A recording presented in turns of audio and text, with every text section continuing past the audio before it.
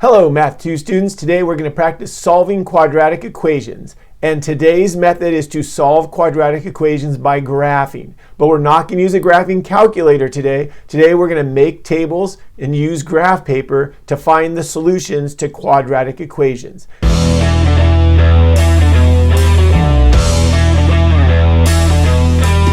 Now, before you start finding the solution to a quadratic equation, it's always very helpful to know how many solutions that quadratic equation will have. And so we're going to fill out this chart on your notes so that you will be thinking of how many solutions you're looking for before you start solving the quadratic equation. So on this table, as you can see, down the left-hand side, we have graphs, and then we have columns for the vertex location. That will be the location in regards to the x-axis. Is it above the x-axis or below the x-axis? We'll be looking at the direction of the opening, either up or down. The sign of the discriminant. Now, you don't know what that is yet, and that's a different lesson that will come later, but you want to all have this information on the same notes because it all goes together. So we're going to put that on there today, and it will come up later on.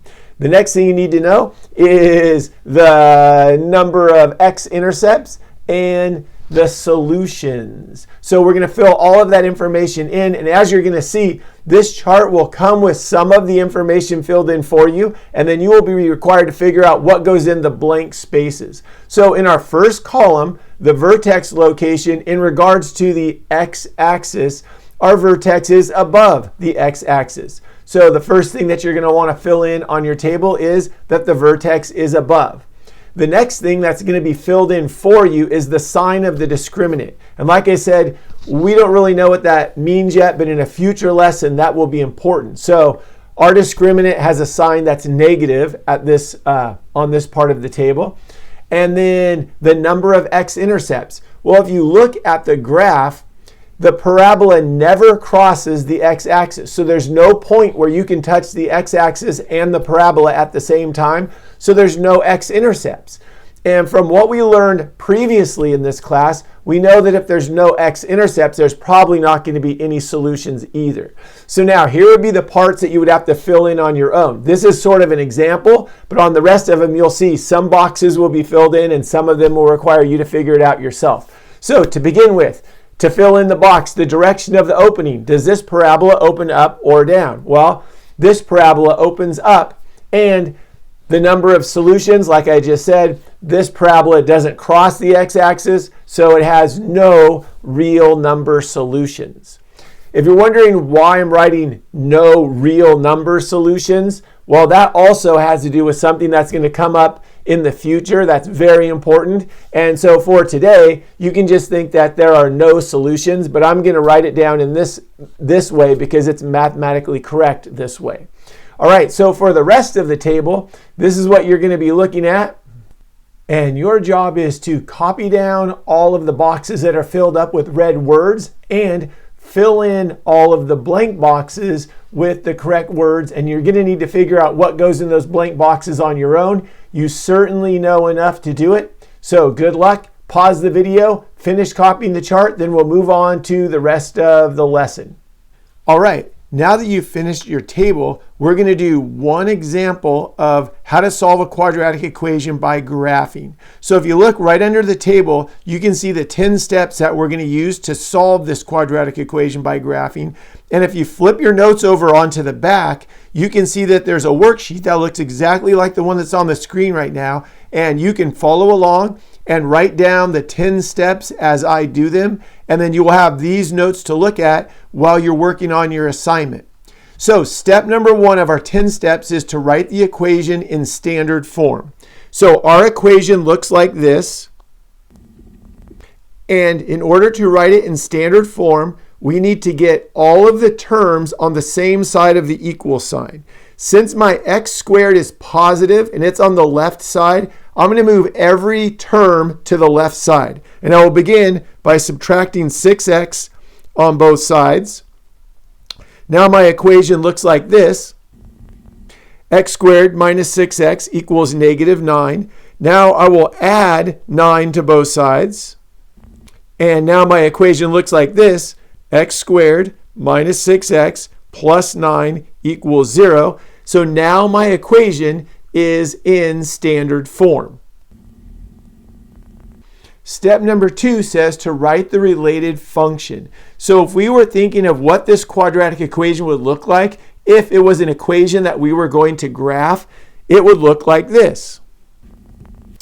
Step number 4 says to find the equation of the axis of symmetry. So I'll use x equals negative b over 2a, and I'll rewrite that as x equals negative empty bracket over 2 empty bracket. And my b value is negative 6, and my a value is positive 1. So that will become x equals positive 6 over 2. So 6 divided by 2 is 3. So the equation for the axis of symmetry is x equals 3. And I'm going to put the equation for the axis of symmetry on my graph right now. There's the axis of symmetry right there. Now, step number 5, find the y-coordinate of the vertex. So I'm going to go to my related function, and I'm going to rewrite it, and I'm going to leave the x's out and put empty brackets in. And in those empty brackets, I'm going to substitute 3 in for x.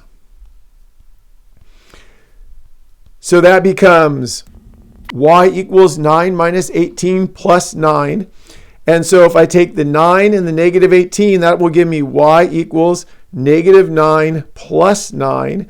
And negative 9 plus 9 is y equals 0. So the y-coordinate of my vertex is 0. So now I'm going to go down to my graph right now, and if I know the axis of symmetry is x equals 3 and the y-coordinate of my vertex is 0, then my vertex is at 3, 0, and I'm going to put that on the graph right now. Okay, step number 6. Determine the number of solutions by looking at the vertex and the direction that the parabola opens. So number 6 says explain how to know the number of solutions. Well, the first thing I need to do is I need to look at the x-axis and figure out, is my vertex above, below, or on the x-axis? Well, the first thing I notice is that my vertex is on the x-axis. So the vertex is on the x-axis. Now, that tells me just about everything I need to know. I know there's going to be one solution, but just for this example, I'm going to keep writing.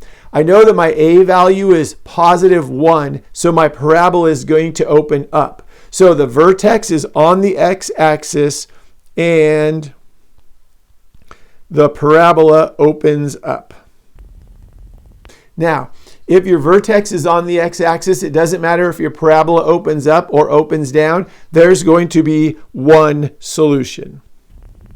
All right, now we need to graph the whole parabola. So I'm going to start out with my vertex, which is known as at 3, 0, and I'm going to put that right in the middle of my table of values. And then I want to make my x values look just like the x coordinates that are on the x-axis. So if I have 3 and I move 1 to the right, that's at 4. And if I go 1 to the right of that, that's at 5. And if I'm at 3 and I go 1 to the left, that's 2. And if I go 1 to the left again, that's 1. So now I have all of my x values. And what I need to do is I need to take my related function and I need to replace the x's in the related function with each of my 5 x values. So I start out and I'm going to put a 1 in place of the x in my related function. And when I do that, my y value will come out to 4. But remember, by setting up the table correctly and by knowing that every parabola is symmetrical, I know that if I have an x value of 1, the y is 4. And if I have an x value of 5, the y is 4. Now I'm going to substitute my 2 in for the x's in the related function. And when I do that, the y value will come out to 1. And again, because I've done the work ahead of time of setting up my table correctly, and because I know that parabolas are symmetrical, when my x is 4, my y will also be 1. So now I'm going to plot those points on my graph. So I start out by going 1 to the right and up 4. And then I go 2 to the right and up 1. 3, 0 is my vertex. 4, 1 is my next point. 5, 4 is my next point. And then just because I know another point, I'm going to go ahead and put that on there anyway. So I know because my C value is 9, that my y-intercept is 9. So I'm going to put another point right at 9. And I know that its symmetrical point that matches it will be on the other side of the axis of symmetry, and it will be at 9. So now I'm ready to make my smooth curve that's called a parabola. And it looks like that. And I'm looking for the x-intercepts because the x-intercepts are the solutions. So step number 9, determine the x-intercepts. They will be the solutions. So right now, my only x-intercept, the only point where I can touch the x-axis and the parabola at the same time is at 3. So 3 should be the one solution to our original quadratic equation. So step number 10 is check the solution by substituting the solution into the original equation. So my original equation looks like this, and I'm going to replace the x's in my original equation with empty brackets. And then since I think my solution is 3, I'm going to substitute a 3 in where the x's were. And remember, in any equation, the solution should make the left side of the equation equal the right side of the equation when you evaluate them. So to evaluate the left side of the equation, I do 3 to the second power, which is 9. And to evaluate the right-hand side of the equation, I do 6 times 3, which is 18. And then I have my minus 9. So I keep evaluating. The left-hand side is 9. And the right-hand side is 18 minus 9, which is 9. So it checks out. When I put my solution, my x-intercept, into the original problem from the very beginning, it turns out that that number, the number 3, makes the left-hand side of the equation equal to the right-hand side of the equation. So hopefully this example helps you to understand that when you graph a parabola and you find its x-intercepts, or in this case, one x-intercept, and you plug it back into that original problem, that is going to be the solution, or if you have more than one, the solutions to that quadratic equation. So we will be learning 5 ways to solve quadratic equations, and the first way is to solve them by graphing. You can find the number that will make the left side of the equation equal to the right side of the equation by finding the x-intercepts of the graph.